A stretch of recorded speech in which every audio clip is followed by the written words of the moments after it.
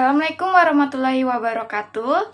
Halo semuanya, di sini saya akan mempresentasikan hasil analisis kinerja keuangan pada PT Bluebird untuk periode 2024 sampai 2025.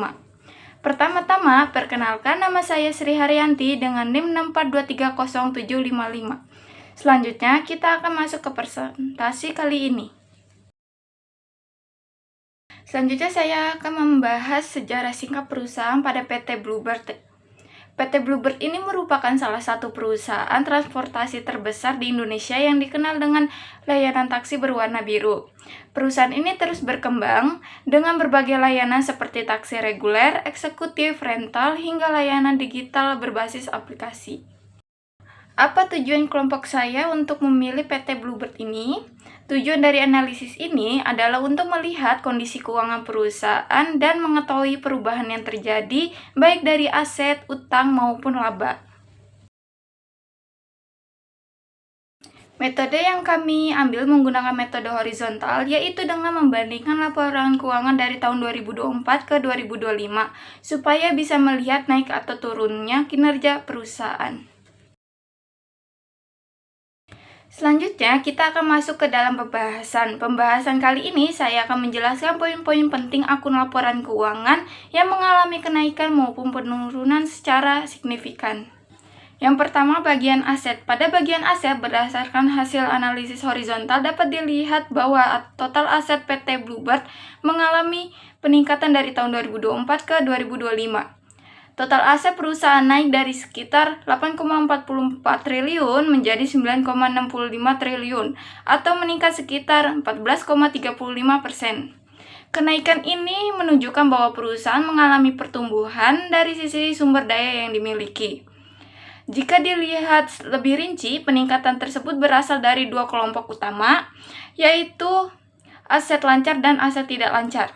Aset lancar mengalami peningkatan yang didukung oleh kenaikan kas dan setara kas.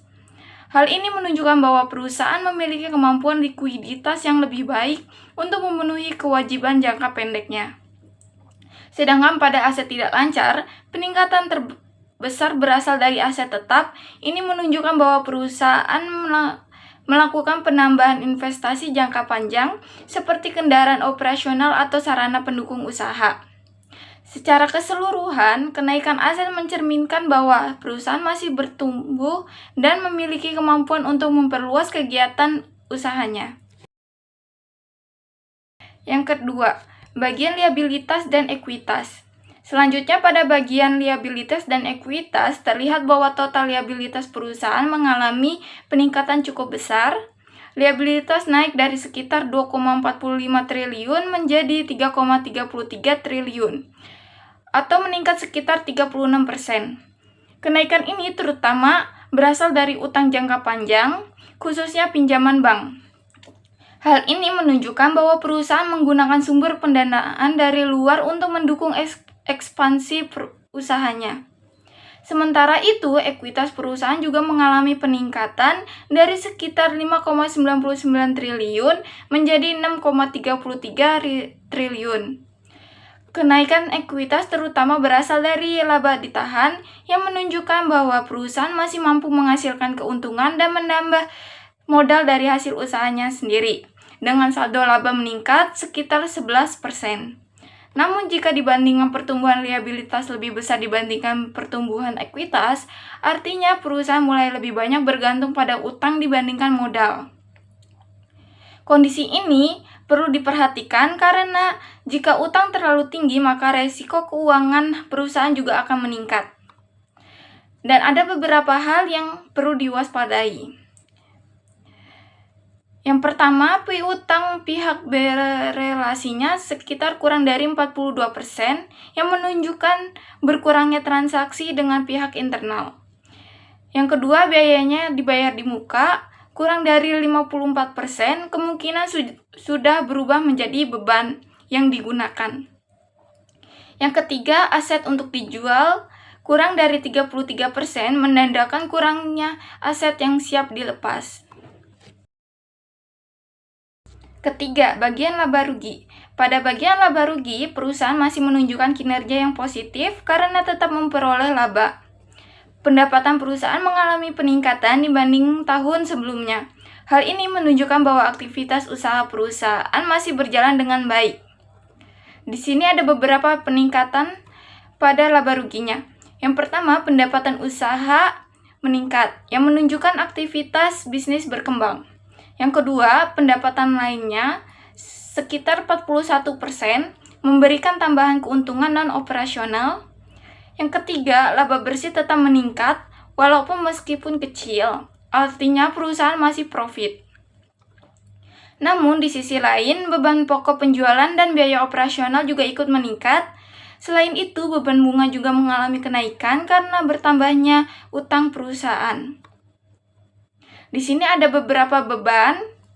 Yang pertama, beban pokok penjualan naik sekitar 14%, artinya biaya produksi meningkat atau disebut dengan margin tertekan.